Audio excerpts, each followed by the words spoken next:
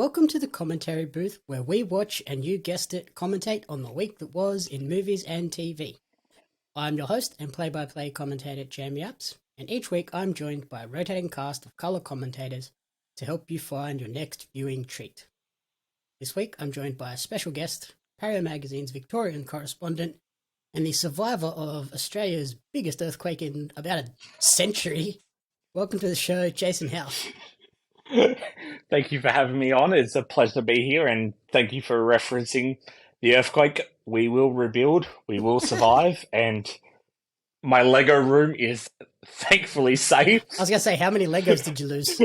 I genuinely have not walked in here till today. I've been scared to walk in here thinking I have a lot of rebuilding to do, but it's all safe. We're all good. So this week, we're back for another wrestling review covering AEW's latest pay-per-view, Double or Nothing 2023, emanating from T-Mobile Arena in Las Vegas. Been there. Weird to think this time last year we were in Vegas sweating our balls off. Yeah. Yes, it has been fun getting Facebook. Remember on this day 1 year ago, I'm like, yes, I do. Yes, assholes. Yes, I do remember waiting in about 6 hours worth of traffic to drive from. And I just remembered the stupid ass wait to get into T-Mobile. I wonder how it was this year. Oh well, yeah. I've never. This is a shocker. It's very rare I travel with a female partner to a wrestling show.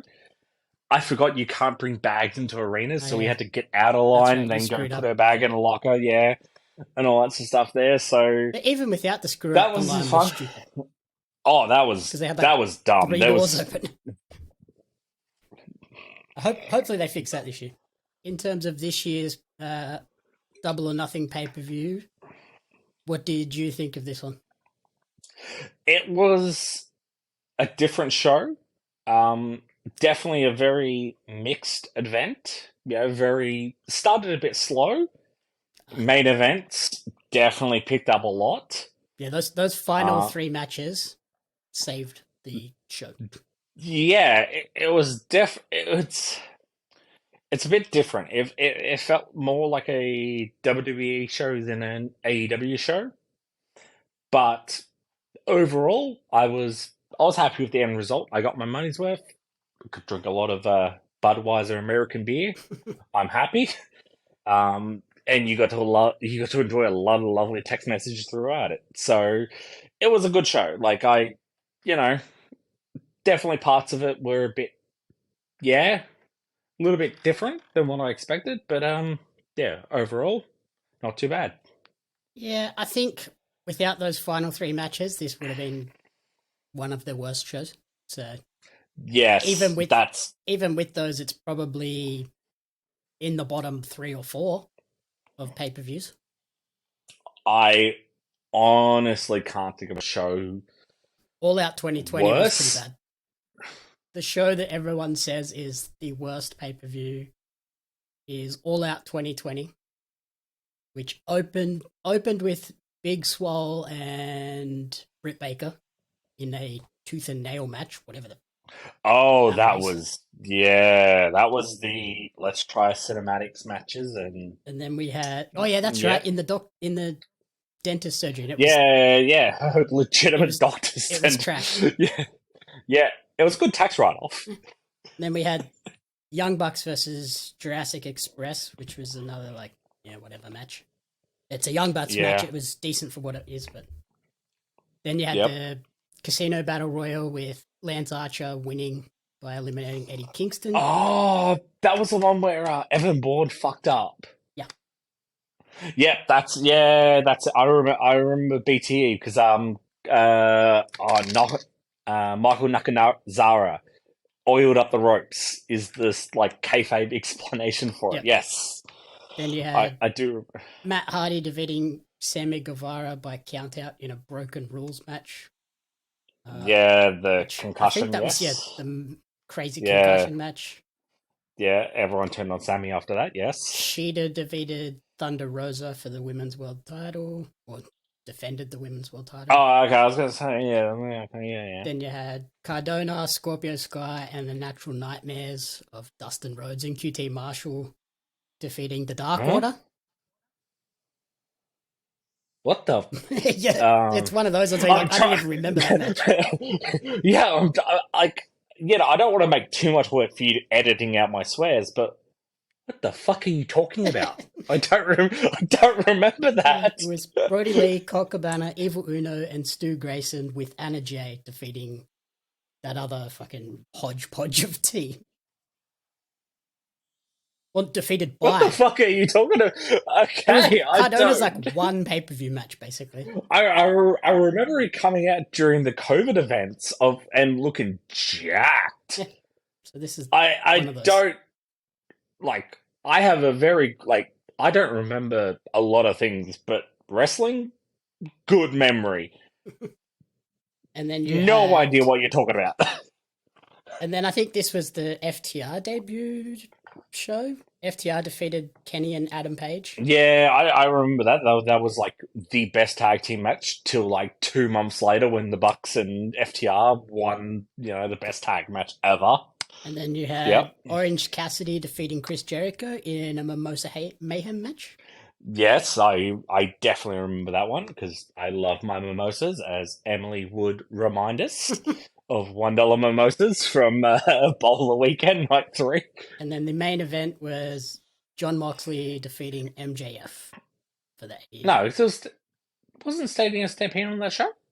No, that was on Double or Nothing. This is All Out 2020, which is considered the worst AEW pay-per-view. Oh, okay, I'm slow. Okay, yeah. Okay, so, yeah. See, they all blend together. That pay-per-view was not good, but today's was... Yeah. Up until that final stretch of 3 matches was... Yeah. It was on par for that because there was way too many gimmick matches. Like, yes. Legitimately, the only straight-up wrestling match was Taya Jade Statlander, and then the Pillars. Everything else was crazy gimmick match. Yeah, which you would know, I love my... You love a plunder match. TNA. Jesus. I love my TNA gimmick matches of, like, you look on Wikipedia, you're like, what is a fish market street match? And I'm like, well, I have a story to tell you about, Shark Boy and all that sort of stuff there. But even I'm like, you're doing a non-sanctioned match, Anarchy in the Arena, and a four-way match, which is essentially a no DQ match. Mm-hmm. And a ladder match. All on the same show. And a ladder match as well. And I'm like, okay, cool. I love my Guitar Man. And a 21-man Blackjack Battle Royal. Which I was convinced was a battle, like a new Royal Rumble. I was convinced. I'm like, wait, why are all the people coming out at once? Is this not the Blackjack Battle Royal where they come out individually and the fleets of pairs? And that's a casino battle royal. It's different, clearly. Oh yes, okay. Clearly, I'm so sorry. I don't know the nuances of those matches. Mind. Yeah, I wish I was on that level sometimes. But yeah, it was definitely that TNA era where I'd like to say 2008, where every show had a weird gimmick match on it, is definitely the vibes I got from this. And, it felt like a TNA show from that period, minus the Fire Russo chants. So yeah, it was way too many gimmick matches. And for me, the match order was totally wrong as well. I think if you shuffled this 100%. card around a little bit, it may not have felt as weird. Yeah, like, look, I'm all for starting with a battle royal. It's always a good opener. But to then go into the Jericho match was just, okay, cool, this is fine, and just... I personally would have put the trios match as the opener. Yeah. Because it was a really good match, but it was just in a weird spot where everyone was kind of like, what is going on in this show? Yeah, that was like, look, I understand putting the battle royal first. You know, you had your pre-show, like the last 9 minutes of the pre-show was just Battle Royal entrances. entrances. Yeah, 100%. I get that. That's all cool. But you I could have would done a then Battle Royal understand. without entrances.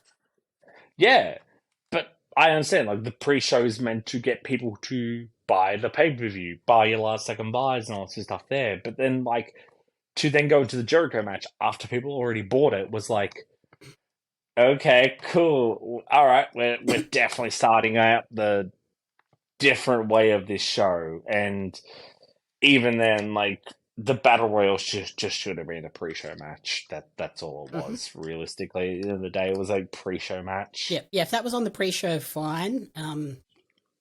And then open with the trios match, and then like still have the Jericho match second, but have the trios Yeah, match to like bring the energy real high, get the crowd like going nuts for crazy spots and mm, stuff. Then we go into the Jericho match because I understand the Jericho match has to be early on this card if Anarchy in the Arena is in the main yeah, because they're pretty much the same. You can't have them back to back. yeah. And look, I will say they definitely made sure it wasn't your standard no. Yeah, look, for all the negatives you can say about that whole non-sanctioned match, at least it was just a no DQ match with a different name. They didn't do the non-sanctioned. Okay, we're going to fight in the popcorn stand. Oh, then we're going to go up to level 100. Oh, let's Yeah, go back they down up to the kept it stage. all Oh, in the ring. yeah, it was just a no DQ match, NXT style, match, which was good because it differentiated from Anarchy in the Arena, which is just all over the place. Yeah, yes, sir. And like speaking of the buy-in, I am totally not a fan of this new format for the buy-in as well, with it only having one match Yeah. and then it's just all hype packages and sort of backstage interviews and stuff. Like it's a very Yeah, WWE pre-show yeah. now, which I imagine they have metrics to show that the Revolution one led to more buys. But Yep. for me, it's like it's almost to the point where it's like, why bother watching the pre-show now? Exactly, Like, exactly find out that. if the Like, match was any good afterwards, and then go back and watch that one match. Like everything else is stuff that I already know. exactly that. Like, here I am on a Monday, Monday morning at 9 a.m. yeah 9 a.m. in the morning, trying to go through the motions of a Monday morning at 9 a.m. in the morning, to then sit down and watch and be like, cool, this is a hype package I've already seen. Okay, cool. I guess I can go do my laundry now and do this and that, and then come back and be like, oh wait, Jeff Hardy's in the ring. What the? And that was a bad match too. Yeah, yeah. There was a lot of I ring rust in that match. There was a lot. Yeah, it was. The best way to explain it is for this show, I bought a nice case of Budweiser from my local celebration that Oh, it had expired. I wanted the American taste. It had expired like 2 weeks ago and was a little bit flat. ew. That explains my yeah. It was it was a little bit flat. It still had the American freedom taste. I felt spelt freedom in my soul, but still was like 20 more beers to go. All right, let's get through this. That sums up my whole pay-per-view experience. It was nice, But slightly but off. yeah. Yeah, it felt like this does not taste like the freedom juice I'm used to drinking, in Freedom Lands. So, yes. But yeah, I think if the pre-show is going to be like this moving forward, probably not going to watch the pre-show. Yeah, I'll look. I'll put it on in the background. Yeah, I'll I'm go not do going to my sit down to washing. watch it. I'll chuck it on, and then You if know, they do something cool, then I'll catch it. But otherwise, yeah. I'll come check it out. Look, Puddles needs to be fed in the morning. Puddles needs to be let out of his house. I need to go collect my eggs of the morning. There's a lot of important hillbilly shit I need to do in the morning first before watching a. Okay, cool. Here's a hype package I seen 2 weeks ago on Dynamite. mhm. My uh, ducks have priority. and then my other like overarching thoughts for this show were JR was horrendous throughout the show. Oh yeah. Particularly like in the unsanctioned match, he constantly just kept going, Sabu's the ref. I'm like, fucking Aubrey is standing right there. She is the ref. What are you talking about? Yep, I forgot all about that part of the show, which was just insane JR commentary where I'm like, can someone please just help this man? He at this point, he doesn't add nothing to the show. Yeah. I was happy when they replaced him with Shivani at like 3 matches in. I was like, thank Christ. I like the fact they replaced him with Shivani like they did with, like, the way I felt like it was like, okay, Mike Tenay's here for like the WCW Cruiserweight matches. He's going to here to help us out. But I kind of wish I could see JR say some dumb shit during the women's matches just because the insane stuff he says. That's it. They subbed him out right before the women's matches. So I was like, oh, that's awkward. This show reminded me why he's not on Dynamite every week. Yeah, the Taz, Excalibur, Shivani booth is easily the best AEW booth they have. Yeah. And Excalibur and Taz had some incredible lines in this show too. I think in the Battle Royal, Taz was like, some people ask why they call Big Bill Big Bill. His name is Bill, and he's freaking big. I was like, yes, he is. Great. And then in the Wardlow match, when Wardlow did the swanton off the massive ladder, Excalibur dropped the line, the meteor was dropped on Luchasaurus.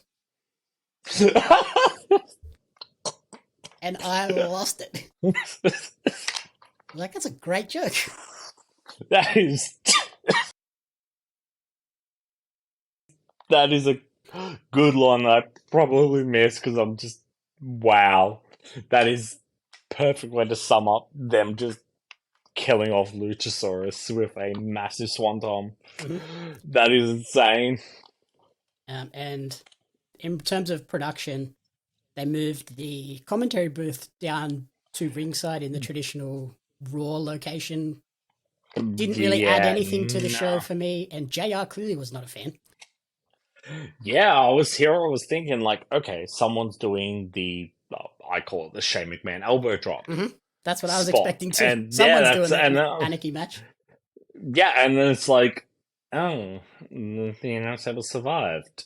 Oh. It kind of did. There was kind of like people thrown into it and stuff, but it didn't get absolutely destroyed. There was no Shane McMahon elbow. I was not sports entertained by that, but they were down to one monitor at one point though, between 4 people. So yeah, I thought that was very weird. But I also loved.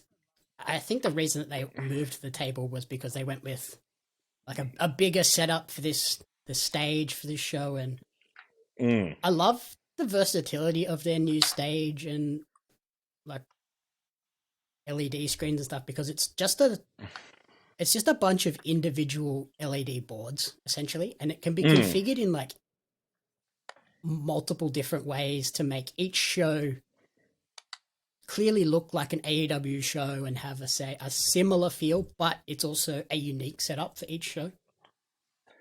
It took me a little bit too long to realize that the LED chip, like poker chips, were not a physical set piece.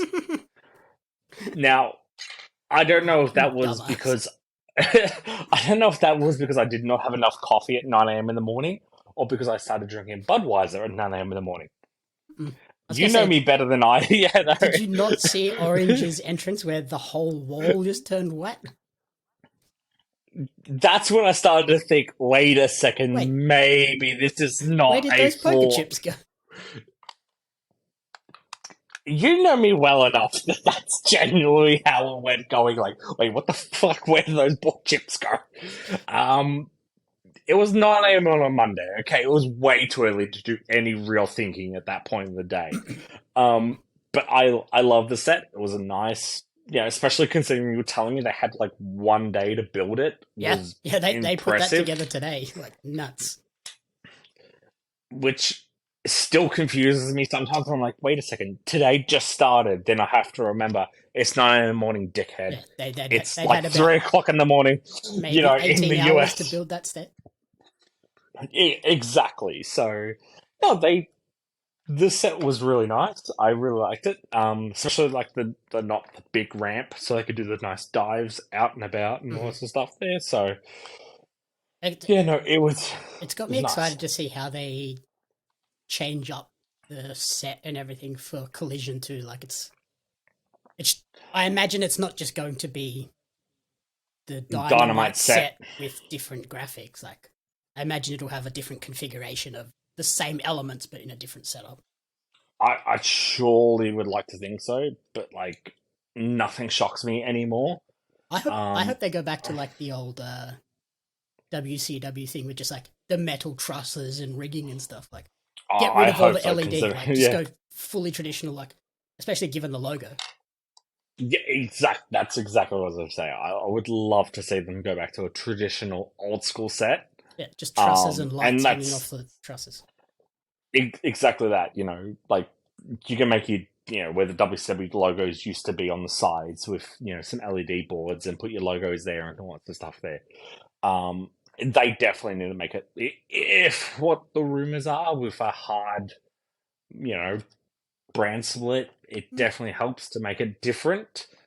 Um, it would be better than the 2008 Raw and SmackDown set, which was the exact same LED boards, just different logo different plastered here. different colors. Exactly. So, Steal the fist. uh, yeah, just that's it. It's like, you know what? Screw it. We're stealing every other copyright material. Here's a Wait, fist. I know. Forget the fist. Scissors. Just giant scissors.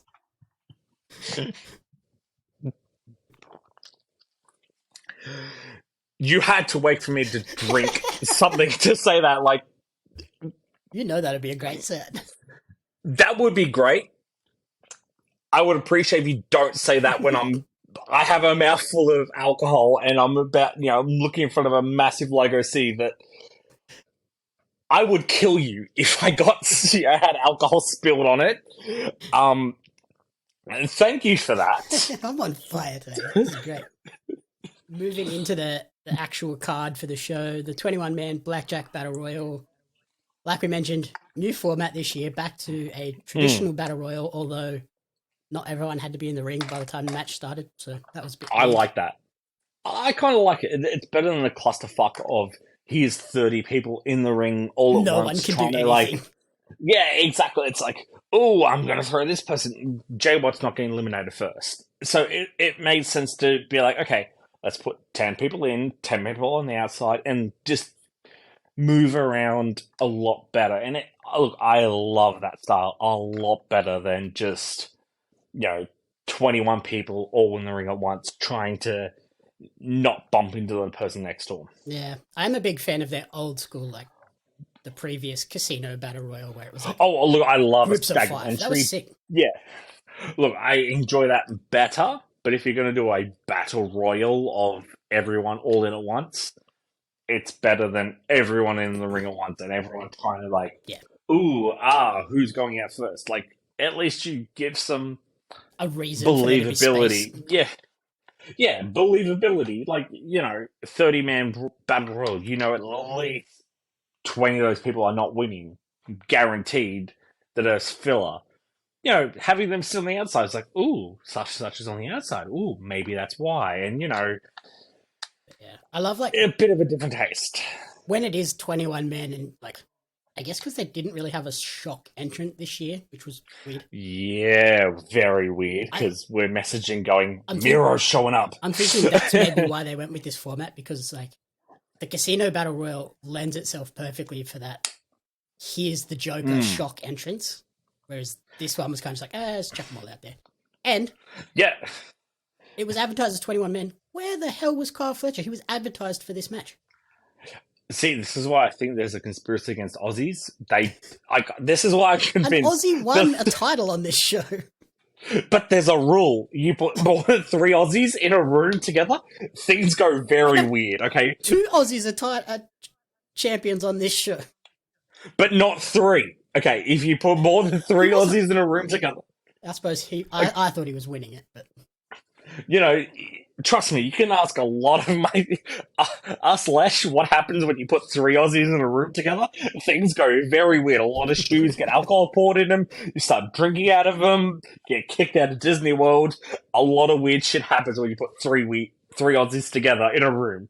So there's a reason. I think Tony Khan understands. Shit, Tony. We've got Tony Storm, and then two of those I'm blanking on Buddy. that are on the show. Buddy and someone That's else. It. That's it. Yeah, Fletcher was the third. If you add Fletcher, shit would go weird. Okay, you would start having shoes being drank out of. Shit was already weird. But do you want it to go Aussie weird? Yeah, fair. Next second, you see them pulling up a clothesline, being like, "Good to Fletcher, let's go." Things get a little bit off the rails when you put more than three or more Aussies in a room. Things go very weird. Trust me, I speak from experience. There's a whole international rulebook we created in Orlando once, okay? So I understand why Fletcher couldn't be there. It's sad. It hurts me inside. But also, I completely understand. Tony Khan's like, shit, I made that mistake once. I put the Aussie Open and Tony Storm in a room together. Next second, there's a clothesline with a goon sack, and they're drinking out of their shoes. We can't have that happen again, please. So I understand why Kyle Fletcher was not there. In terms of the actual match, what did you think of it? I thought it was pretty standard battle royal fare until we got to like the final 6, and then then it really kicked up, and I loved the finish. Oh, I loved it. The Orange Cassidy going for the big fucking Superman punch, and then just being like, nah, I'll just kick his hand. That'll do. That I was convinced Swerve was winning it at one point. I was like, wait, what? When it got to the final 4, I was like, oh no, Orange is winning. No, I thought Swerve was just gonna grab it. Like they've as soon as given him while ever Keith was still in, I was like, okay, Swerve's not winning while Keith's in here. Yep. And they're gonna take each other out, and then it ended up OC with the little cheeky kick in the arms. Like, hey, that was decent. Lots of like callbacks. I really wish Keith and Swerve had a singles match. I think that would have really helped this show as well. Exactly. There's a lot of matches like that where I'm like, okay, why were they just chucked in this match? Yeah. Oh, okay. Cool. And Jay White, his first pay-per-view, and he's chucked in a red. There's no more dark throw him on, so let's throw him in the battle royal at the pay-per-view. Right. Yeah, exactly. So there was a lot of things like that where I'm like, okay. Yeah, like I said, started slow, amped up, and then ended, and then we went into the unsanctioned match, Adam Cole versus Chris Jericho, which then was another really slow WWE style plunder match, which was very overbooked with lots of run-ins very early. Sabu was advertised. Sabu showed up, Sabu dived, Sabu left. Sabu did the most Sabu thing ever of botched, but made it look like that was intentional all along, and just went, all right, I'm getting the fuck out of here, and just left. That hurt. Yeah, that was a match. Yeah, I can't say too much about it. They left it open for another match down the line, which sucks. I wish they hadn't. Jericho just seemed very, he was going through the motions there a lot. Yeah, I think like the best part of that entire match was Britt's run-in. Yeah, that was great. That was great. Perfect sense. Adam Cole. Yeah. It was very much around Adam Cole's NXT style, match. Yeah. Oh, we're going to do this thing, and like it's kind of one of those things of like in 2 weeks at AEW's whatever they call their Wednesday night, special thing. It'd be like some random chain match, and it just didn't flow from big gimmick spot to big gimmick spot, and just like whatever. You could tell they had a lot of handcuffs because like Anarchy in the Arena is the main event. They're doing crowd brawling. They're doing this. They're doing that. They're doing this, that. You guys can use a Singapore cane And you're not allowed to bleed. Like, And none of them bled. I think they tried to get Jericho to bleed. There was a couple of times Jericho definitely was going for a little bit of a nip and tuck and just couldn't get it up. Maybe you should try some Blue Chew. I think they were like, it looked like they were trying to get him to bleed hard way. Like, I imagine they were told, no blading. You can't blade for this. So that Jericho was like, just punch me with the chain and try to make me bleed. And it just didn't work. So Yeah. it's just like, oh, whatever. And then, yeah. A like, non-sanctioned match that ends in a ref stoppage is weird. just a weird flat finish. Yeah. JAS and Roderick Strong got run off pretty quickly, and then there was no Kyle O'Reilly. Yeah, that was the biggest. What I thought the whole point of this unsanctioned part was, like, yes, Cole was supposed to be getting his revenge, but I thought it was going to be like, look how many there are in the JAS. Like, he needs help. Yeah, because I swear I could have thought like Garcia would like show up at the end. You know, oh, well, we thought he was gone. Oh no, he's back. And then Kyle runs out, and Kyle's back, everyone. Because Sabu, a famous member of the the Undisputed Era. Yeah. That was just all around very weird, and I think I said not a good second match. That was 100% a Jericho just didn't want to lose twice to that team. Yeah, which like back to back in the same week. Which I would like to think the idea for Wembley is Adam Cole versus MJF. Really? Unless Punk's back. MJF versus, like, at least he can beat Adam Cole. And he beat Adam Cole, that's cool, but, not like, holy shit, he beat Punk. Actually, MJF Cole in Wembley, and then Punk MJF at All Out? All Out, next week? Maybe. I don't know. Just It was like you really got. I'm sitting there going, okay, Wembley's quite a while away. Like I've casually been looking at flights to to the London, being like, oh yeah, cool. Hey Jamie, you busy that weekend? Couple of weeks, couple of months. Yeah, you want to deal with my shit for a weekend? And I'm like, okay, they've got obviously stretches Jericho's storyline out, but that was. I just felt like this should have been the end for this feud, but it clearly isn't, because we got the Wizard Jericho coming back backstage and setting up a mixed tag match on Dynamite. Yep. So this is going to continue on, and the Outcast storyline and the JAS storyline is just seemingly unstoppable. Yep. Even though it is just getting worse and worse. Both of them. Yep. It's just, can we get to Blood and Guts? Yeah, can we just get to Jericho just going on to find some other new hire of the month to go play with, please?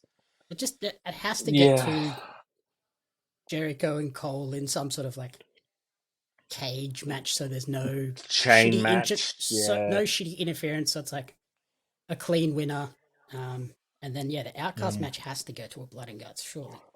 It has to, with Tony Storm's lovely comments during the press conference at the end, where it's like, yeah, we know where that's going. That's that's especially what happened later in the night, which we'll get to. Then, the Jericho match, I just watched the chain come out. I'm like, oh, fuck me, we're getting to a chain match in a couple of weeks. Yay. Yep. Jericho's leeching himself on even more. Great. That was not a great match. And then we went into more overbooking madness with Guitar Man goes wee woo. Okay, I dare you to slander him. So we went from Jericho clearly having a big influence over the booking of the previous match to this was 1000% a Jeff Jarrett booked match. That's a bad thing. How? It was rubbish. Guitar Man goes wee woo. Sucked. But Guitar Man goes wee woo. Okay, Guitar Man come out with Guitar Man wife. Guitar Man go boink.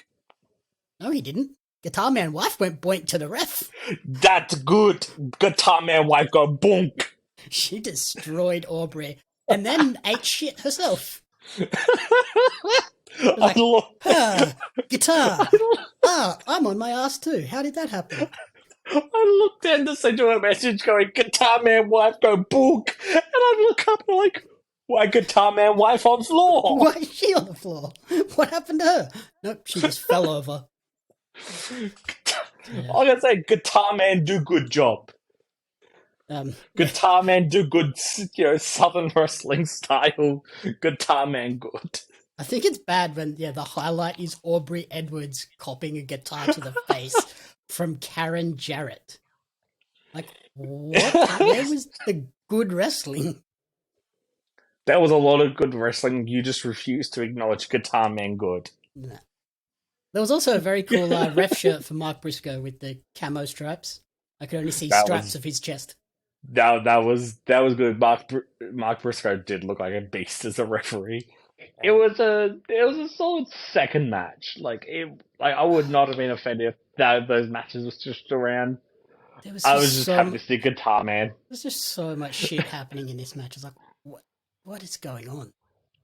There are clearly no rules. It was peak TNA era. Guitar Man on top. Like the first hour was just chaos. There was just nothing going on. Who wants to be on the show? Because we can get you in these matches. It's like, oh shit, we've got a roster full of 60 people. How do we get them on the show? Fuck it, Guitar Man has match. Chaos in every match. Do you want to make a run in? Yeah, you can make a run in. You'll get hit in the head. Okay, cool. Now you're done. That's it. Go out. It was just I kind of wanted Guitar Man to win because it just would have been just hilarious to see. But there was just no one in their right minds expected Guitar Man to win. No. And it was just one of those matches where you're like, all right, who are FTR facing next? Yeah, that's a big... I have no idea. Because the tag scene is all sorts of fucked up at the moment. You're going is it the Hardys? Is it this? Is it that? Not after the match they had today. Yeah, that was, I wouldn't be shocked they win the tag belts, and it's like, okay, you've had it, cool. You got to do FTR and Aussie Open at Wembley if Mark Davis is fit. Yes, and after, their lovely all-elite graphics, which, again, is going to cause a lot of chaos. You got Tony Storm, the AEW, Women's Champion, Aussie Open, the new tag belts, probably former champions. That's 3 Aussies, okay?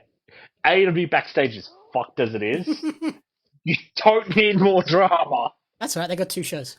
You can put 2 on one show, 2 on the other show, and then 2 on Rampage. Done. Every show is safe. We need segregation away from the Aussies. They get 2 weird shit goes too far wild. Dynamite gets 2, Collision gets 2, ROH gets 2. Never the 2 shall meet. We see what happens once. Okay, we thought Brawl Out was bad. We haven't seen Good of Fortune enough times. And then after this match too, we also got some extra weirdness with the Bang Bang Gang attacking Ricky Starks backstage, and then FTR made the save. I still remember messaging going, "What the fuck is this?" What is FTR's affiliation with Ricky Starks? They've never got on. They've never had any interaction. Yeah, they're on Collision together, I guess, but we don't know that yet. That was just weird. It happened, I was like, FTR made that? What? It could have been anyone else, and I'd been like, that makes a bit more sense. Hook? Yeah, it kind of sums up the show enough. It's just that segment is just like, what is... Yeah, it's just... What? Okay, that's what we're doing, alright. Cool. After watching our Best of the Super Juniors, I feel like Tony's been talking to Gato a lot. It's like, let's just book random shit that confuses people. It gets Twitter talking, I guess. Some weird stuff. Yeah, I genuinely can't even think of a smart ass answer. It's just like, what the fuck was that? Yep. Because we didn't have enough chaos so far, TNT Championship ladder match, Wardlow versus Christian. Yeah. This was a solid match, but yeah, it was just in a weird spot where I was kind of just like coming off the opening three matches. I was just like, what is going? I'm so like not hooked in on this show yet, so it didn't like hit, and it had some cool spots. Like it had Wardlow hitting the crazy Mm. swanton off the ladder through the table. So he's definitely a Jeff Hardy fan. Yeah, But 100%. then he tried like a Kofi Kingston spot, and he's way too big for a Kofi Kingston spot because that ladder Yep. just buckled. It was like, nope, you're too big. That that was just like I'm going like, how did you not like reinforce that half of the ladder? It was just Add some extra steel. the angle he came on. Like he tried to jump from like the side onto it, and like it was clearly just going to snap. It needed to be Yep. like diagonal to the corner so that when he jumped, he was just all the force was going onto both legs, not shearing to the side. And just screwed it up, and then Christian had to be like, "Oh, he hit me with the suplex off the ladder or whatever. I'm gonna go sleep on the outside for a little Yeah. bit," and then lead to And then he tried to climb it, and I was like, Luchasaurus. that's not going to work. That Yeah, leg is snapped in half. yeah, and then Luchasaurus has to come in and awkwardly cover for it, and I'm just like, "What's next?" Like, Arn Anderson's gonna be like, "Here's a gun. I have a real gun now." No. Arn Anderson And came in just, and bit off Luchasaurus's finger. Did you not see that spot? yes, I could tell by him like having a mouth, like for some reason not open, like just clearly telling he's holding his breath. I'd be like, I wonder what's going on in here. I can't open my mouth. Shove your finger in it. So, Like that was me like 20 minutes ago when you decided to say something while I'm drinking my drink, trying not to spit it onto the camera. Had a better, like, more obvious than him trying to hold it in, and yeah, like it was a good. The best way to describe it, it was a good WWE TLC pay per view. We need to do a ladder match because the pay per view is called TLC, and we have to do a ladder match on a TLC pay per view. mhm. Yeah, it was decent. That's that was it. There was nothing in that that made me go, "Wow!" Other than like the Hardy spot of the Swanton was Yeah, that incredible, was awesome. And but that was incredible. But it's they like made the everything right else was call with the like, finish, too. yeah, exactly. And like I'm kind of shocked the belt just didn't like someone didn't try and grab the belt, and then someone else comes up, knocks him off, and then pulls him off the ladder and didn't accidentally pull the belt down. Yeah, the belt falls, they Considering catch the it, and they win. It's like, okay, whatever. I don't know. It was yeah, it was given the fine. track record that have you. Speaking of Arn, I loved his comment during the pre-show. Did you catch that as well? No, So I did see the like the Twitter clip, but I'd never watched it. yeah, so RJ City asked him, Arn, if you come out tonight, are you going to be packing heat? And Arn, full straight face, looked at him and went, ask your mum. And then RJ City's answer was like, okay, so I'm RJ City and this is my new stepdad, Arn Anderson. And then they cut. That was it. I don't know. That's too good. Arn's had some great weird moments in AEW. That's like, could you picture like some kid that just does not understand who Arn Anderson is, other than the guy that decides to make gun references, Gun fingers and scares the crap out of people. It's like, yeah, it's the gunman. Well, I guess you're not wrong. Yeah, Arn Anderson, he definitely had some interesting moments, and it was an interesting ladder match. Like, it definitely started It was the beginning of the upward it was trajectory for the it show. was the beginning. It was definitely when the roller coaster started to make the clickety clack sounds. Yeah. Where does Wardlow go from here, though? Universal Studios gone the rocket ride. Did I don't know. I imagine Miro, maybe? Like, it's the TNT belt. It It has to be a should collision go to belt. Collision. Like, it's got to go to Collision. Like, If that if if they don't make the TNT and the TBS belts exclusive to the respective shows, that's gonna be weird as yeah, shit. that's exactly it. Like, it's yeah, Wardlow, like, God knows what the fuck goes on in backstage at AEW. Like, me and you will message each other at 2 a.m. in the morning when, like, Meltzer reports something and be like, What? yes, I'll read that after enough coffee. Um, I don't know where Wardlow stands. It sounds like it's very high school clicky, but, I wouldn't be shocked if he goes to Dynamite, or to Collision, and keeps the belt there and goes after Scorpio Sky, goes after him again. They redo that.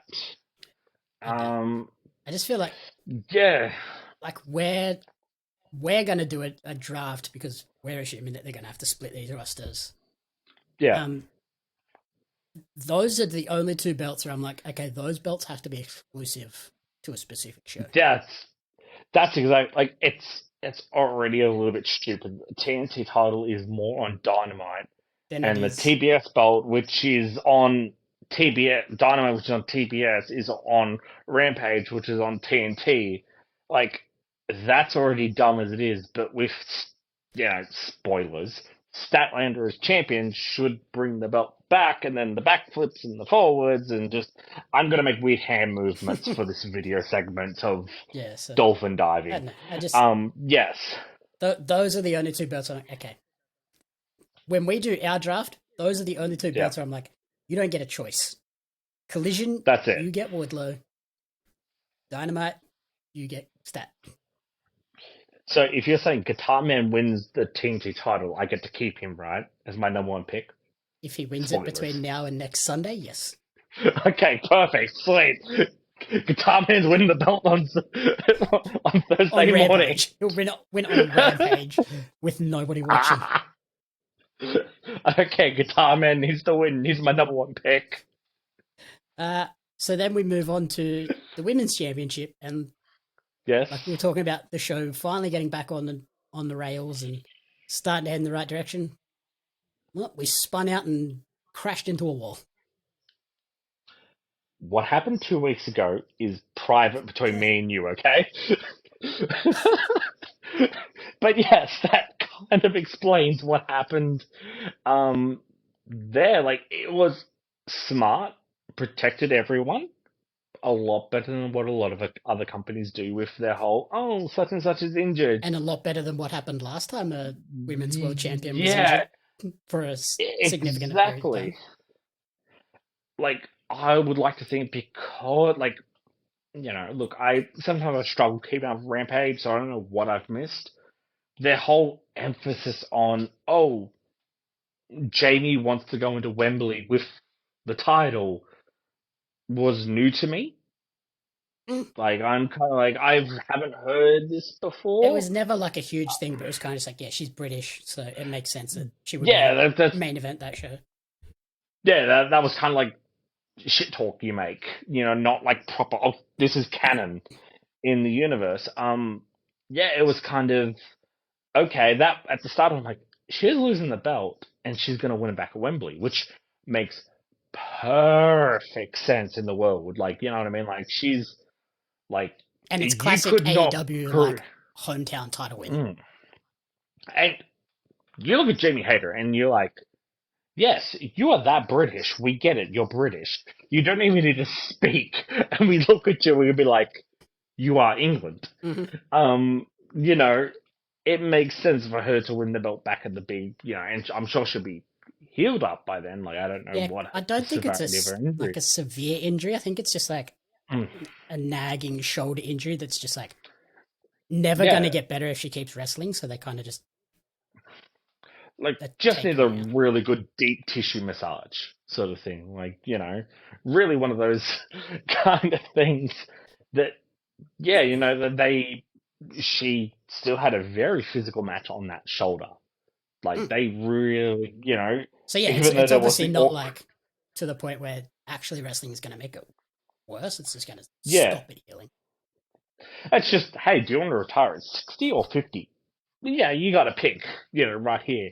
So, and again, it makes perfect sense. Like her going to Wembley, winning, it's like Buddy winning the belt when he won down here, like the Hmm. Cruiserweight title at the Super Showdown. Like, yeah, me getting the belt back, especially against Tony Storm, which those two just put on a classic, Yeah, would be great to see. that's what I was saying. Like if they're both fit, like it'll be great. Oh yeah, and I that was expecting this match to be 100%. great if they were both fit, but like we got a massive pop for Jamie on her entrance, but then the crowd quickly realized there's something going on here. Like Oh she's hurt. They're not having like a straight up match. Like there's yeah. all sorts of overbooking craziness Mm. happening, interference, bits and pieces, and obviously that changed the plans for this match relatively recently as well. Like Mm. I imagine it was supposed to be classic hater storm match, like just beat the living shit out of each other. But then But they it's also good. Like Tony Storm gets her actual proper run. championship, She's yeah. not, yeah, she's not the interim champion. They kind of retcon that whole thing of, And she becomes the first it's person to be a two-time women's champion. yes, which I didn't even realize. But yeah, like it was like if it pays off correctly, I thought Wembley was going to be Paige of Soraya versus Jamie. Jamie in a British versus British match of the crowd's just going to react no matter who wins. But and again, Tony Storm is, I would say, she's more British than Australian at this Pretty point. much. Other than you put her in a room with two other Aussies and then weird shit happens. Like, why did we do this? But yeah, like it was a very ECW esque. You want to hide the weaknesses and show off the strengths in that match, which was great. Yeah, and they didn't want to do the standard drop the title because of injury and Yeah, interim champion. So I think it was fine for what it was, but yeah, it's just a little bit disappointed that it wasn't a the proper sort of match we match. wanted. And I saw Yeah. some stupid people on Twitter being like, "Oh, they'd never do this with the men's world title." I was like, "Did you not watch the Punk Moxley match like 6 months ago?" Yeah, that's kind of why I'm not sitting here going on like a 2 hour rant about fuck this company. I'm like, they deal with Punk and Moxley, so Yeah, it you was know, fine. as long as in like 2 months' time, me and you were like, oh my, that was the greatest booking move ever. TK, you're the best in the world. That's long term story. You want to see it. Yeah, hopefully she can go and get whatever treatment she needs and is back Yeah. right in time. Especially even if they maybe do like surprise return at Wembley, like that'd be epic. Mhm. But also Hit the it hater gives rave music, credence. Wembley goes mental. Yeah. And have you listened? Trios title match, House of Black versus the Acclaimed and Daddy Ass. This this was the match that really got the crowd going. Yes, the rap, like, Oh my god! just I have to highlight it. Like, I don't know if you had it written down as must talk about rap Yeah, or whatever, I've got because we don't play first anything in match this really get the crowd band. involved, particularly Max Caster's rap referencing Dominic Mysterio. Oh, but Like, just oh that yeah, alone was just like I've seen the Twitter memes constantly of people being like, "Are you sure Rhea's dating Buddy? Are we sure that's a real couple?" And the fact they made reference to it straight up was insane. this is so good, awesome. And And then like they made reference to Brody King being a great ally mhm. to the drag queen community and all that stuff there, which Malachi Black's very questionable choices of face paint. If we leave it at that, as I can tell you, look at me, go, please don't say anything stupid. Please don't say anything stupid.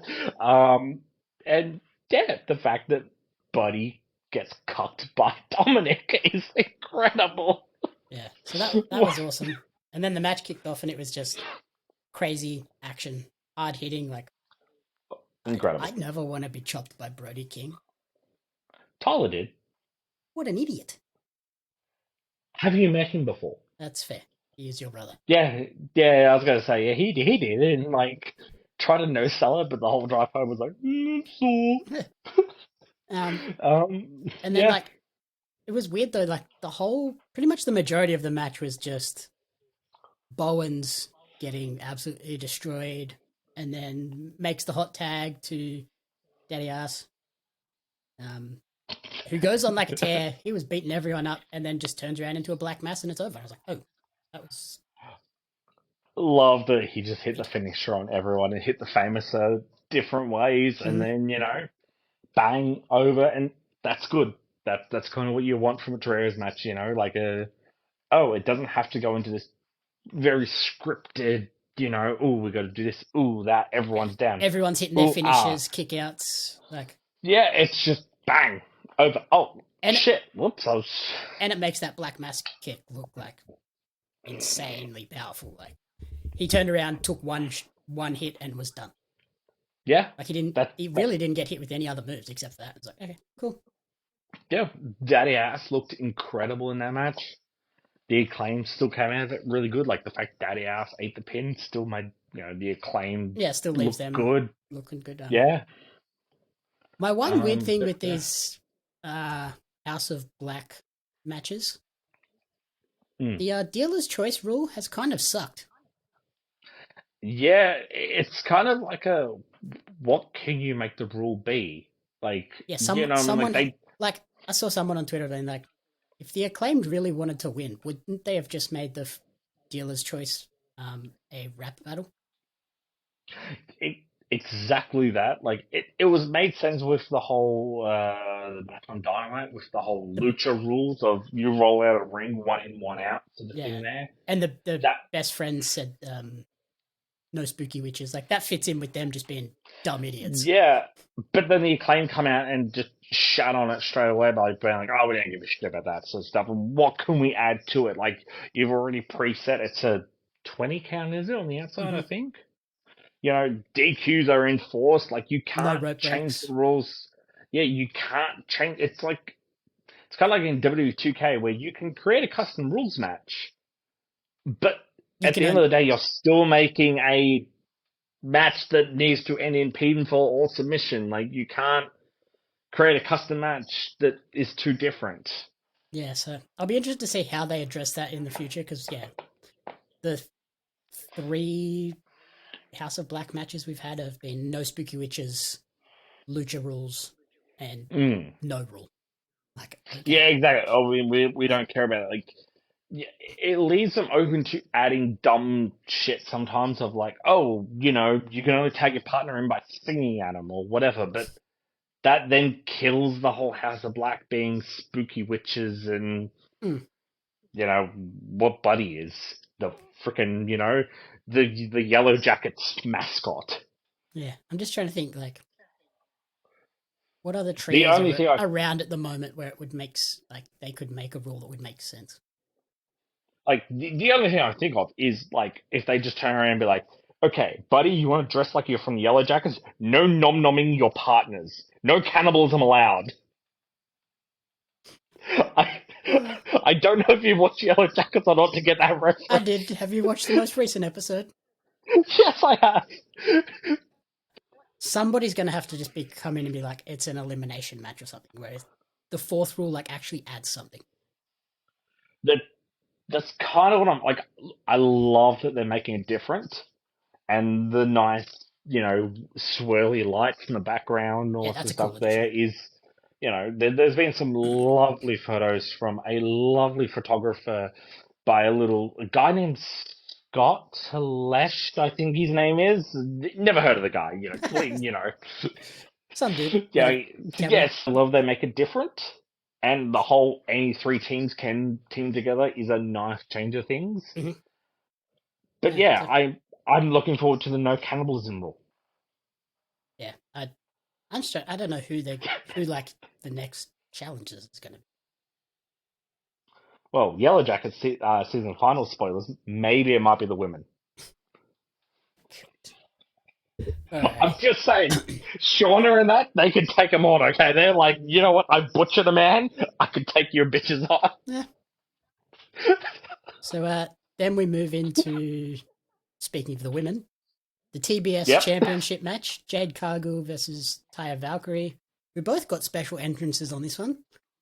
Yeah. Taya with like a couple of burlesque dancers, and Jade with a random rapper that I've never heard of, but was a cool entrance with some cool dance moves. Sorority.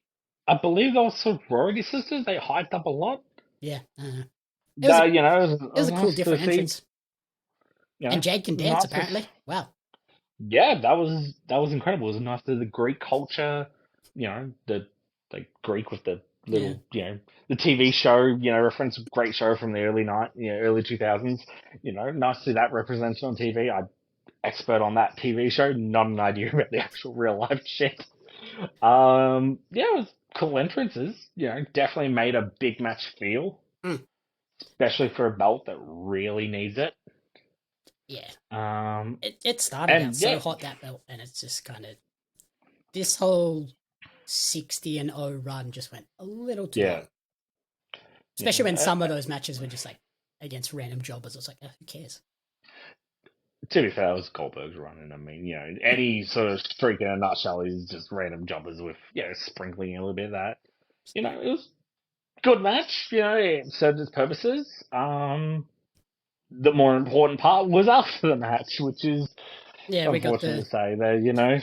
the cocky heel celebration, and then Mark Yeah, Sterling with his schmick jacket with the Jade Brand hashtag all over it yes, comes in and puts his foot in his mouth like usual by saying yep, anybody who wants to challenge Jade is welcome to do so whenever and wherever they like. And next thing you know, Chris Statlander appears and makes the challenge right there on the spot, yeah, setting up a secondary match and getting the W, ending the undefeated streak.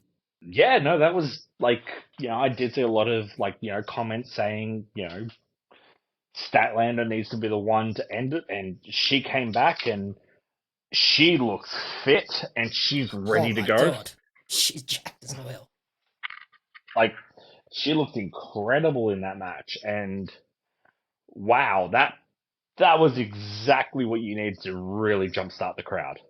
Mm-hmm. So that definitely got everyone going, and Especially yes, after that last year in Vegas was when like the crowd was really behind her winning the Owen Cup, and then she lost to Ruby, and was like everyone shat on that massively at the Rampage or Dynamite taping. Oh, okay, yeah. Because you And messaged me about that. I'm like, I don't remember that. Then yeah, it makes sense. Okay, yeah. so yeah, it was cool to get her to like have that big like victory in Vegas. So I don't know. I'm cool. I'm excited to see like a new champion and see Oh different yeah, matches definitely. and Like, combinations for her moving forward. And fingers it crossed is she the stays healthy interest. now.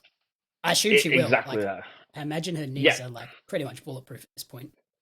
exactly. Like, Triple H after he blew out both of them. I don't remember Triple H blowing out it for a second time on the same leg. So I'm sure someone will remind me of that, but afterwards. But yeah, it's interesting because they did tease later in the show, going, Cargill's dropped her belt.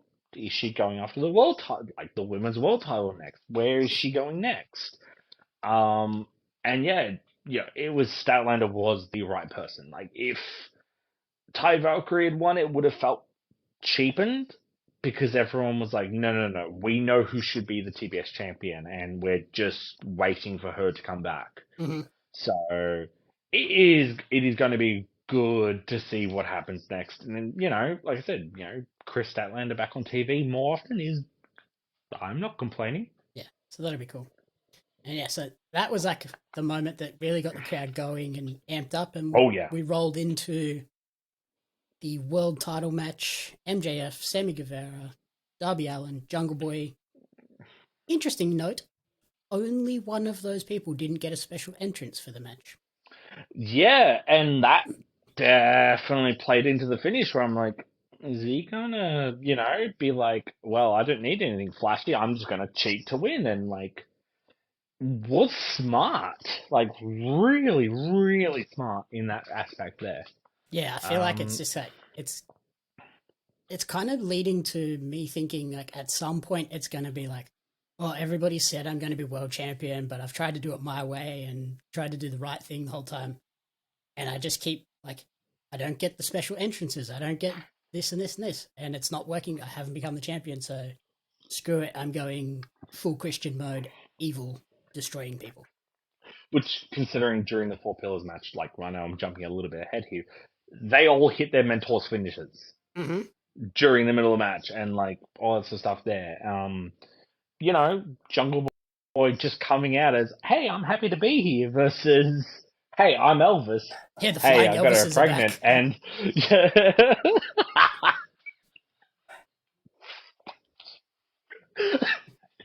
but that got me So going. yeah, Fuck there's you. that. Sammy and Ty are officially expecting child. Interesting. Yeah, that's you know what? That's one way to announce it. Definitely. Um, season 2 of AEW All Access is going to be interesting. Hmm? As soon as there was like, Um, we've got big news, I was like, oh, I know what that third card is going to be. yeah, the second I seen the white dress, I'm like, oh, me, damn it, they're already like, man, I've got to give it to Sammy. Like he's speed running life like I've never like. He's going harder than that couple in high school that we, even though we lived in different states, that's about 10 hours away from each other. We know that couple Mm, that speed ran life and got engaged, got married, and had a kid, and you're like, VCE exams are in 2 weeks, dickhead.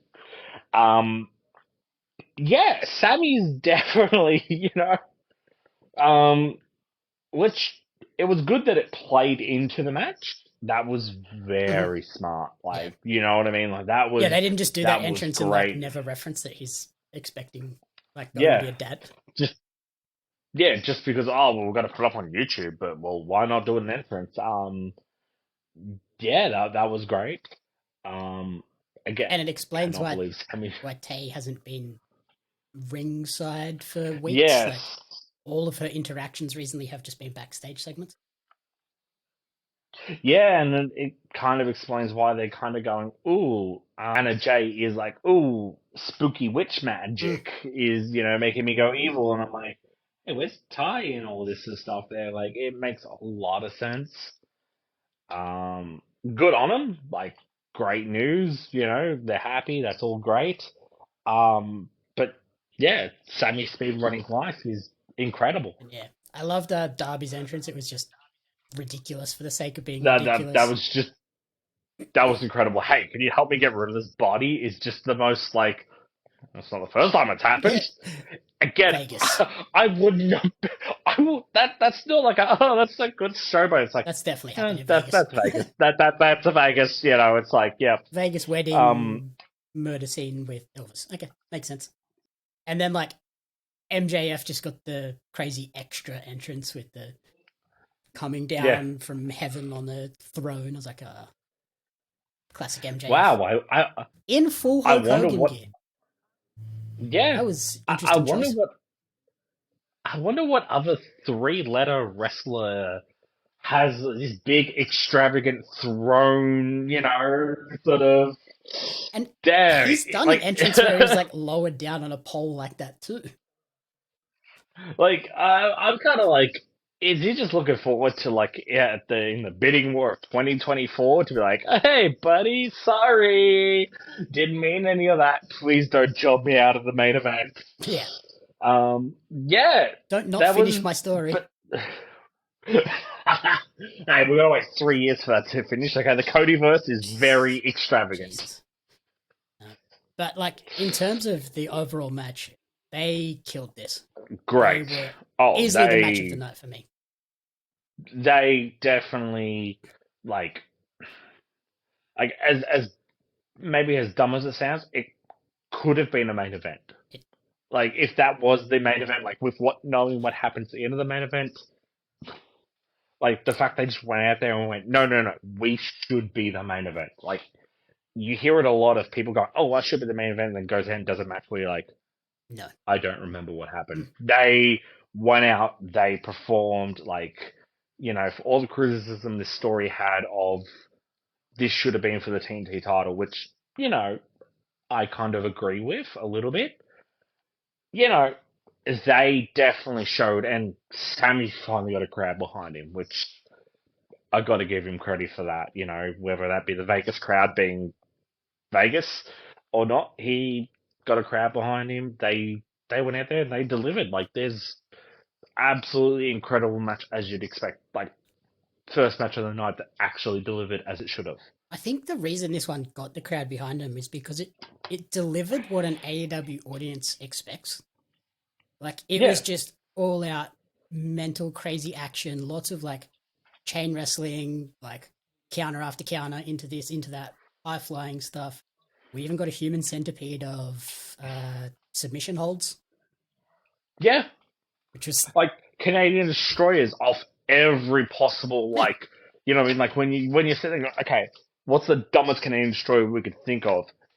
They went and did it. They did the springboard. They did the human off human backflip. You know, tornado. Everything. They did everything they could have delivered in that match, and it definitely made me eat a lot of my words. Going, is this really the main event? And at the end of it, I'm like, okay, that should have been main event. and then yeah, after watching what happened at the end of the actual main event, I think the world title match should have gone last. That's yeah. Like I'm not a traditionalist. I don't think the main event, like the world title, should always be the main event. I think the match Has that the best story should be makes, last. yeah, the one that makes you take a day off work. Who would be that stupid to use an annual leave day to take a day off work to watch wrestling? Who'd be that dumb? The match that makes you do that is what should go on last, or the match that delivers the best should be last. That delivered. That was, you know, I would not have been shitty if that was last. No, I'd have been I wouldn't totally have fine with that been, being yeah, last. with all hindsight 2020, that, and I think that is kind of a good thing with AEW is the fact that, instead of going, oh, WrestleMania 25, should Triple H and Randy Orton gone on last, should have been Shawn Michaels Taker, that should have been last. It's like, no. Both matches were so great, either one of them could have gone last, I would not be shitty. That is not a bad argument to be having versus, yeah, that should have been last. There's no debate about Yeah, it. yeah. So it was awesome. MJF winning with another headlock takeover on Darby. Yeah. At some point, Darby's got to use that against him and beat him that way, whether it's for the title or after he Mm. drops the title and then they start a new feud. It's just interesting because it's like, it's Adam Cole's next. Yeah. Then after Adam Cole, you would like to think, okay, surely Punk's next or someone else is next. Then Darby's like, fuck it, I'm gonna go climb Mount Everest. Which, you're kind of like, Well, if they do let's. Cole next, then Punk, and then Darby beats Punk, and then they run it back with MJF against Darby, and Darby actually beats him with the headlock takeover. Like, that would be great. But again, like, Darby's the sort of guy that, like, anyone else turned around and said, hey, I'm going to climb Mount Everest, I'd be like, oh yeah, sure, whatever. I'm not even going to worth bringing it up after you say it. No, I do believe. I don't think Darby's going to go try and climb Mount Everest at Disney Animal Kingdom on Expedition Everest, which is probably one of my favorite rides. Hint, hint, wink, wink. Go ride that ride. Um, I don't think he's going to climb that. I actually genuinely believe he's going to in Nepal Mm-hmm. to climb Mount Everest after we just had in the news of the unfortunateness of an Aussie perishing on that trip. Oh, did we? He's just like, no, fuck it, I'm gonna go. Yeah, it was just in the news. See, you're on the news. I only remembered it because of I only remember Because you things because linked it back to wrestling Darby. related. Yeah, that. You know me well enough to know that's how my brain Yeah, works. fair Okay. enough. The other notes I had for this match were MJF very pale by his standards in this match. Yeah, he's He's normally definitely Cardona a very brown. white. Yeah. I've seen a lot of Cardona lately, thanks to a certain special friend of yours, and yeah, he was very white. Like I would, I'd almost, I'd say my Stay Puft Marshmallow Man is about the same color as Cardona. I'd like to think. Why? Yeah. So then, yeah, MJF retains. who next for MJF? What next for MJF? It's got to be Cole. It's got to be Cole. Like, surely MJF just goes on like a 2-week bullshit spill while that storyline ends, and then, you know. I would not be shocked if it's Punk again. Just See, because, like, Cole's is still kind of tied up with Jericho, annoyingly. And all of the Collision posters that have been released have MJF front and center, so they're obviously going to put him on the debut show just to, like, look, it's legit, like, our world champion is on both shows. I can see him cutting a crazy promo, shit-talking Chicago, shit-talking Punk without saying it, and then Punk shows up and interrupts him. And that's how you get the Punk return. You get the big pop in Chicago. Do a quick little feud, and maybe, like, Punk doesn't beat him this time. Punk loses. But see, also at the same time, like, you know, you're going into full gear mode. Forbidden Door mode next. So, and then, MJF is very vocal of, I'm not versing those indie, no fetters at, New Japan. And so you link him up with Punk, because I don't think Punk's going to have a Forbidden Door match. But surely you would turn around and go, all right, screw it. Let's have MJF. And it's like, he's not versing Okada. Or, because, like, I wouldn't be shocked if it's Okada versus Moxley at the you got to put champion versus champion. Sonata versus. But then who is it? That's exactly it. So you go, okay, you have him versus a legend, and then it's he's like, I can beat any legend possible, and it's like, I wouldn't be like Tanahashi would make sense because he is, like, in my eyes, New Japan. New Japan is Tanahashi and Okada. Yeah, but he's also got the 6-man belts at the moment. Yeah, exactly. Which, I wouldn't be shocked if he loses them next week. But then also at the same time, it's like, I wouldn't be shocked if they go, fuck it. It's MJF versus New Japan. Like, a little bit before my time and, all that sort of stuff there. Kojima. Like, it'd be funny. It's just those two in every... MJF versus Taguchi. That actually would be good. MJF trying to be full serious. Taguchi's been like, here's my butt. Yeah, or just Yano. Just screw it. Here's Yano for the end. Like, you know what I mean? Just full on do it. I definitely would pay to see that. You know what I mean? Like, it's just MJ. Like, surely for Full Gear, he's the AEW champion. You have to have. He's not losing.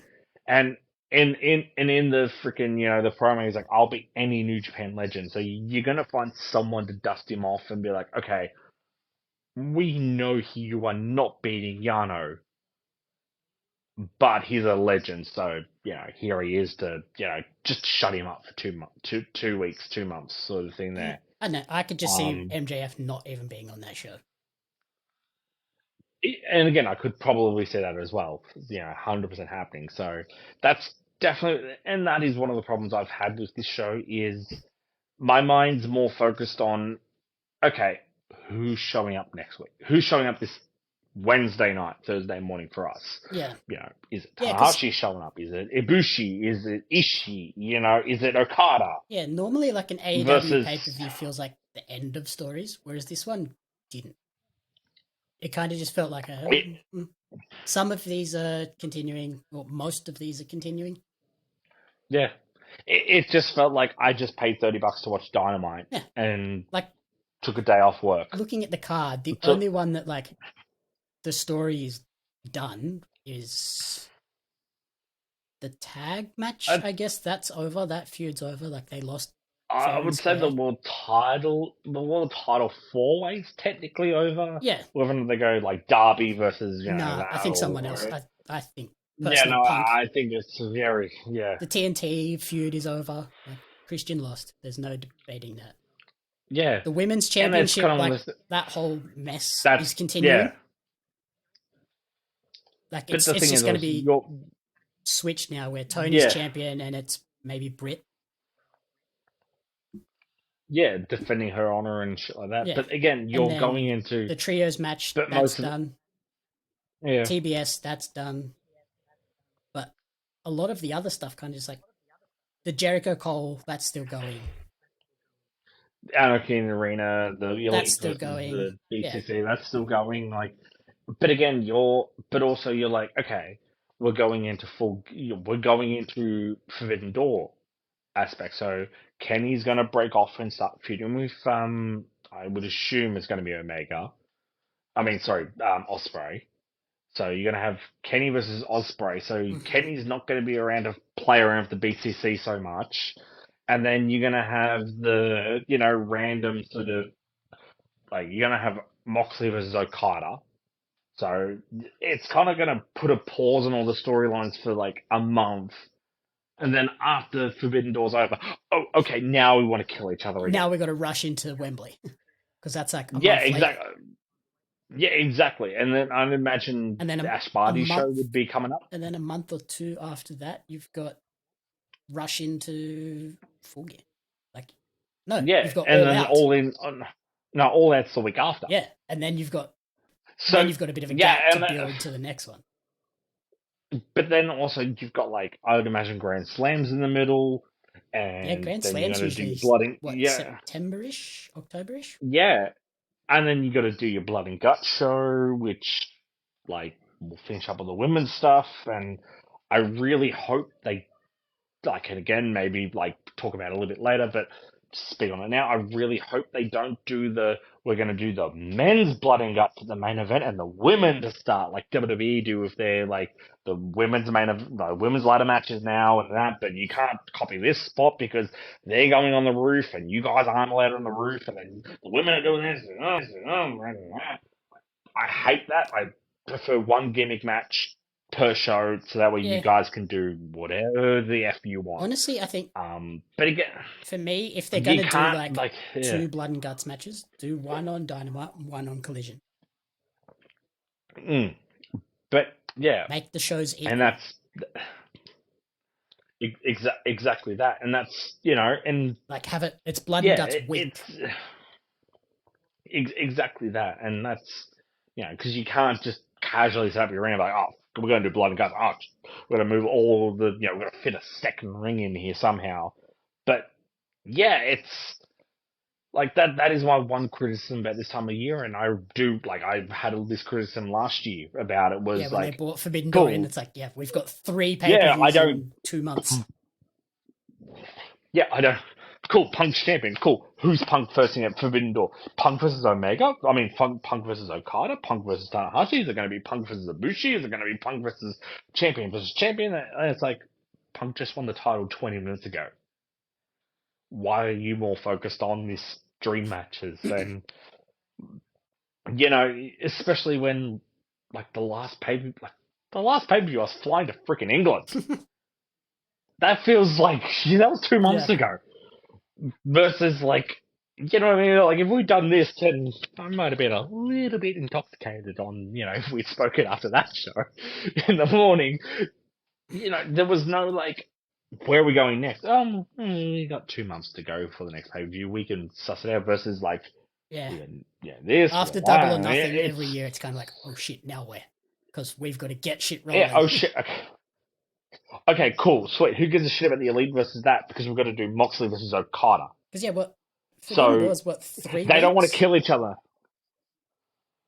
4 weeks? Yeah, 3. Yeah, I would say 3. I was going to say 2, but I think that's a little bit too short. Well, yeah, it's only I- 2.5 weeks. I'll It's check two and a my half annual. weeks for Collision, and then I think Forbidden Door's the week after that. Yeah, I'll check my annual leave sleeps So, like, because I think I took the day off that's work for that. So I'll go check my little because, like, work emails. obviously they've got to build to the Collision show. They want that to be a big show, so they've got to build to that whilst Mm. simultaneously building to Forbidden Door, which is like a week later. Like, they got to get some shit rolling. That's exactly it. It's kind of like a lot of overload of, like, instead of there's a lot to go next, and that's Yeah, there just can't be 8-week stories like with Mm.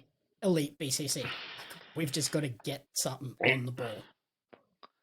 But again, like, it's Kenny versus Osprey next, so Kenny has to go off and fight Osprey, but he can't be involved in what happened at the end of the main event because he's too busy with Osprey shit. Because Osprey's not going to be around at the end of Forbidden Door. It's just this 3-week period of, and You also have to yeah, take note that Claudio, Mox, going to Japan next week. and exactly. So again, like They're out they're next written off week. TV completely. Yeah, which again, you can write them off TV for 1 week. You can just turn around and be like, "Oh, they're sore. They got a backache, or their neck's sore, or whatever." You can write them off for 1 week, but like 3 weeks, it's Especially after they won. kind of a little If bit they'd got absolutely destroyed, it would have been exactly. way easier.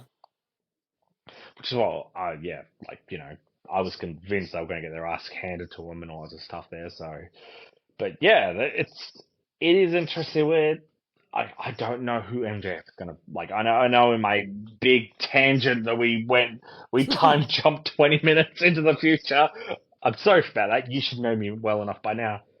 I don't know who MJF is. I would assume it have to be some New Japan legend. Fuck it, they bring in the Great Muda. They just like that's his real retirement match. Captain New Japan. Bring back Captain New Japan. Fuck it, just make it some like bird brain idiot from Bone Sydney. Soldier. Mr. Bullet Club or whatever his name was. Oh. So yeah, then Anarchy in the Arena, the Elite versus BCC. Crazy match. Explosive match even. Didn't get anyone's blood on my hand this time, which was a little bit upsetting. I'm sure some people did. Yeah. Although this match felt like like we went into the crowd early, but then we brought it all back to the and then we stayed in which like I don't know if you ever watched Anarchy Arena last match back on TV because I downloaded it and watched it like after we got back to Australia, and I was like, oh, that explains why that happened. Oh, like this looked more TV friendly, more arena friendly than the last one, which was one goes off this one, which just was a pandemic show, you know what I mean? Versus this was okay. No, we have to focus this time. The last one was awesome. Like when you were there, because it was always like you're always looking around. Yeah. Like, where is this person? What is going on? Whereas this one was like, okay, if I'm at home, I can actually watch this. Although they missed a few spots, and like with camera cuts and stuff, but it was fine. You kind of expected it. Yeah, it was great. It's very explosive, as you said. Kind of jealous they're allowed to play with explosive in the US, but I'm not allowed to in hillbilly country Australia. It's a bit unfair, but yes, that was a good, like, just everything about that match was ultimate satisfying. Even at the end of it, even Kenny's attire, Captain Canada, Kenny Omega. Yeah, Captain Canada. Like as soon as he walked out, I was like, "Oh my god, he's Captain Canada! This is great." Shots at Seth Rollins match. I was literally about to try and make a way of like, Captain Canada. You know what? I'm sure there's no one on Twitter like Kenny's mouthed off about that's in Captain America soon that had to fly from the peaceful, aggressive, Kingdom of Saudi Arabia straight away to go film his scenes. No. I did love that later in the match though he got his shield too. That was awesome. That was incredible. Like that, and he did the full Captain America jumping shield punch. I was like, yes, perfect. You are such a nerd, Kenny. I swear, it hit someone in the neck with that. Like I swear, I can't remember who he hit, but he hit someone in the throat with that bin lid. Kenny is just a massive nerd. Yeah, the whole match was just it was great, violent, intense, chaos as expected. Thumbtacks, barbed wire, chairs, garbage cans, broken glass. Good old explosives. Giant poker chip callback to the first ever Double or Nothing. Exploding super kicks. And the thumbtacks. Yep. Oh my god, that was disgusting. I couldn't. Matt had so many thumbtacks stuck in his heel. No, I love some good deathmatch wrestling. I love watching it in person. Nope. That was, I was like, no, I'm done. It's weird, I can't handle that. I watched the thumbtacks in the back. I'm like, yeah, that would suck. But the thumbtacks in the heel was just another level where I was like, no, that's mega fucked. Yeah, I've stepped on one or two Lego bricks in my life. As I look around at a whole Yeah, it's room like full whenever of, Legos get used in a match, I'm yeah, like, no, thank you. I've stepped on one or two of them and it hurt. I've stepped one or two on like, some twigs or whatever, and I'm like, thumbtacks in your heel. It just, moving Especially, on. yeah, like I he lifted can't his foot just, up and it was just, his yeah, whole heel was silver. I was like, that is a just, lot. That's not like one or yeah, two. That it is just, covered. So like, good on him for taking that, but yeah, feet, tacks. Nope, nope, nope, nope, nope, I'm nope. also a little bit disappointed. Claudio kicked the Jordan into the crowd. I'm Mm. pretty sure they recovered that. Someone didn't get to keep it. I was like, that sucks. Yeah, I heard the massive boos, and like Tyler was like, they sold the shoe, didn't they? They took it back. Yeah, and then Because because I seen, Matt posted a photo yeah, of it too. I was like, oh, that sucks. yeah, Someone just got a that's it. It great, had like the burn mark on someone it. just got an awesome bloody souvenir, and nope. 100% they would have punched on in the crowd. Like, that would not have been like, oh, yeah, caught it. There would have been people full on just brawling in the crowd to steal that. Like, someone would have made an eBay listing in the crowd being like, oh, they did use shoe. Well, even someone's replica title got used. Someone's replica title just jumped Yeah, in I've value. I was seen like, that. awesome. Yeah, I've seen that. And then the camera kind of cut to it, then cut away, but then cut to the after effects. And it was just like, yeah, the example of bad camera Yeah, there's just cuts. I guess it's hard in that match. There's so much going on where you want to show this, you want to show that, but Yeah, and they can't like they're all that spread out where they can't be like, okay, you hit yours, I'll hit mine. Like it's all just yeah. happening at the same Which time, was which is rough. good at the end of it. It was like the backstage segment with the pile driver and the pickup truck. I was just like, I was expecting someone to go for a ride around the Vegas Strip.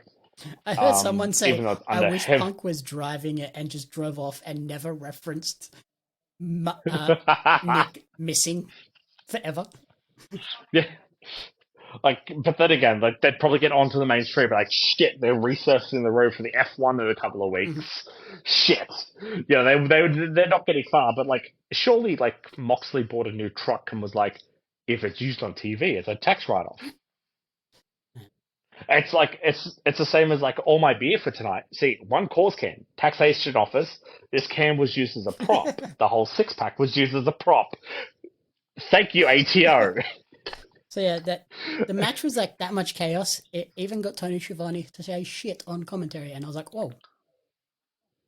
Okay, that's off the I was rails like, then. Yeah, they proper. probably off the rails here. So that was awesome. Yeah, but then yeah, coming back to the exploding super kick was very, okay. We're definitely going all out this time. And speaking of super Um, kicks, the Young Bucks got a massive pop when they took out the singer of the band, who looked like oh, that was what I was the saying the magician other time. from The Secrets of Magic show, the masked magician. I, I legitimately spat out my beer when you got me twice today. To spit out alcohol from beer, like fuck, you win. That's as soon as Yeah, he came that out, was. that's all I could think. I was like, that's the masked magician. Of course he's in I was Vegas. sitting there, I seen it, and I'm like, my brain was thinking, and then when you said it, I'm like, fuck, you win. Because I was trying to think of exactly who it was that reminded me of it, and like the second he just kept going, and I'm like, picture getting 10K just to say wow thing Mhm. every couple of seconds, and yeah, the Bucks taking out was Perfect. biggest, biggest like you know best face spot you could do the whole Mhm. show. And then on the flip side, we got a massive heel turn with Takeshita attacking Kenny Omega. Yes, that was great. Like I'm sitting there going, why is Don Callis on commentary for a match that he's not involved in and has no stakes in? Well, And yeah, I knew he was getting involved at some point. yeah, you knew it was getting involved at the end, and then like Kateshita showed up and like, oh, everyone's chanting Ibushi and no Bushi. That was the weirdest part. Like this is the part where I was like, okay, this maybe shouldn't have gone last. Because like by That's putting it last, yeah, everyone went, okay, so Coda's coming. And then when Konosuke made the attack, I was like, okay, so we're perfectly poised now for Kota to come in, make the save. Like, yeah, Kenny can lose, but now they're going to go for like a crazy beatdown. Takeshita's going to come in and like protect that. Kota's going to come in and like protect him from that. And we got nothing. It's like, that was weird. That's what I was like. Okay, the world title match is not main eventing because they're not playing the CM Punk music. Punk's not showing up. Like that's why they're not main eventing. They're like, okay, two brain cells rubbed together, going, okay, maybe not smart idea. Let's just not give them a reason to hate on us. Then they don't show up at Bushi, and it's like, oh, Yeah, weird. okay, I guess that's not what we're doing then. So, but yeah, like overall, great match, good match to watch live. Definitely delivered. They just went all out. I can't wait to. It'll be good if they do a blood and guts match. The Elite's back together.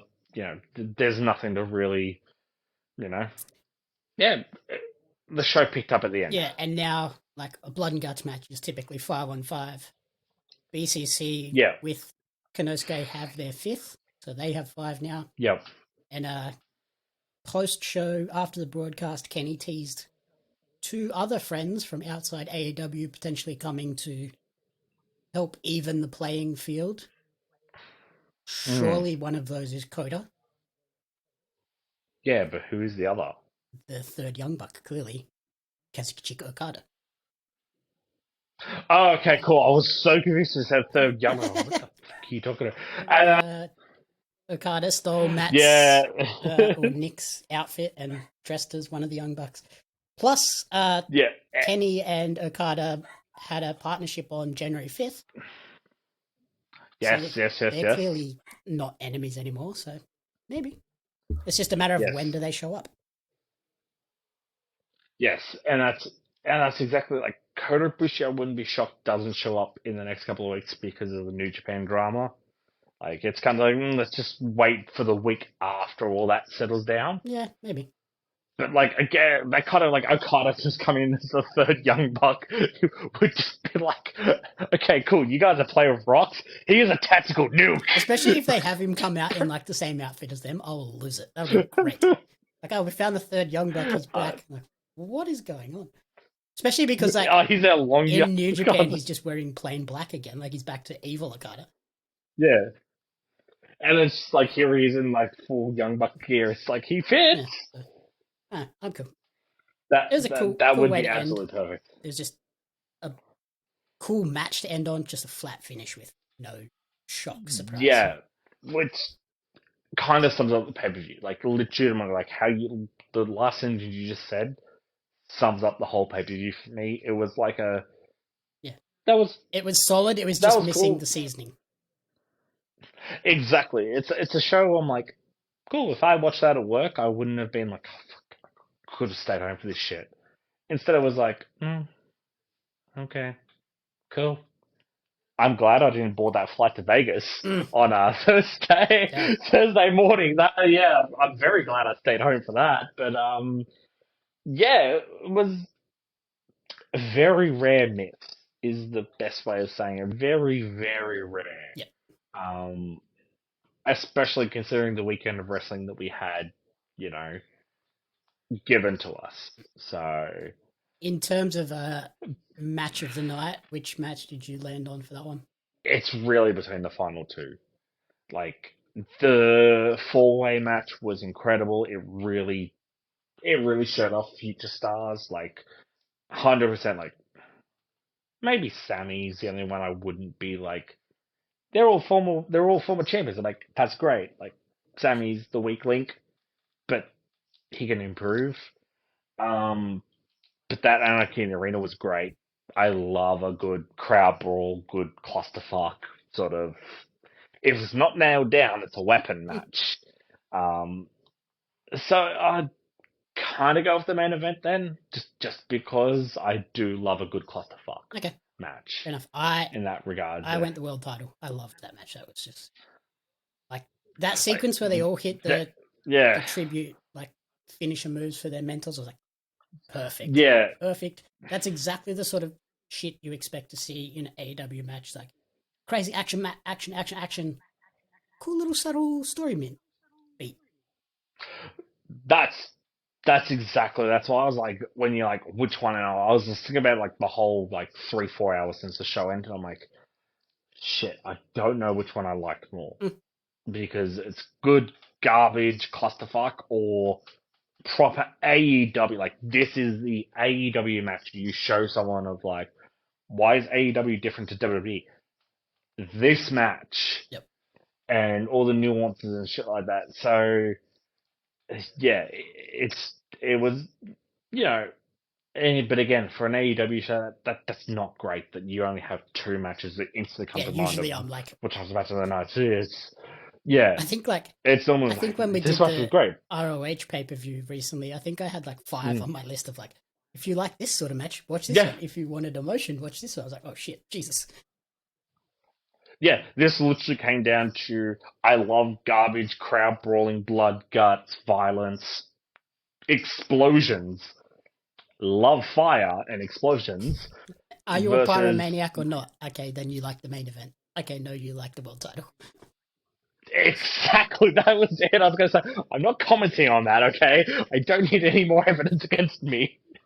And then, Uh, in terms of an overall show rating, what do you give this one out of 5? 3. Yeah, I think it Like, like the yeah, final like 3 matches bumped it up to a 3 from a yeah. very solid 2 until that point.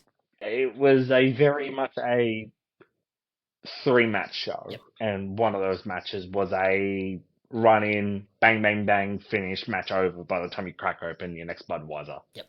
So, yeah, it feels weird saying an AEW show was a 3. It does not feel natural. Yeah. It just feels very like I have to explain it for 20 minutes to explain why I'm saying that. Yeah, so solid show, but yeah, definitely on the lower end of the rankings for Yeah. AEW shows. So thank you everyone for listening to Yeah. this extended episode of the Commentary Booth. If you enjoyed the show, please remember to rate, review, and subscribe on podcast services and on YouTube. You can follow Jason on Twitter at JasonWookie with 2 E's. And you can follow me on social media at JammyUpsMedia and at Pario Magazine. The Commentary Booth is a fan-funded production of Jamie Ups Media. You can support the podcast alongside our magazine, Pario Magazine, on Patreon at patreon.com/JamieUpsMedia. The following people supported at the publisher level or higher, and you cannot fathom how incredibly appreciative we are for their support.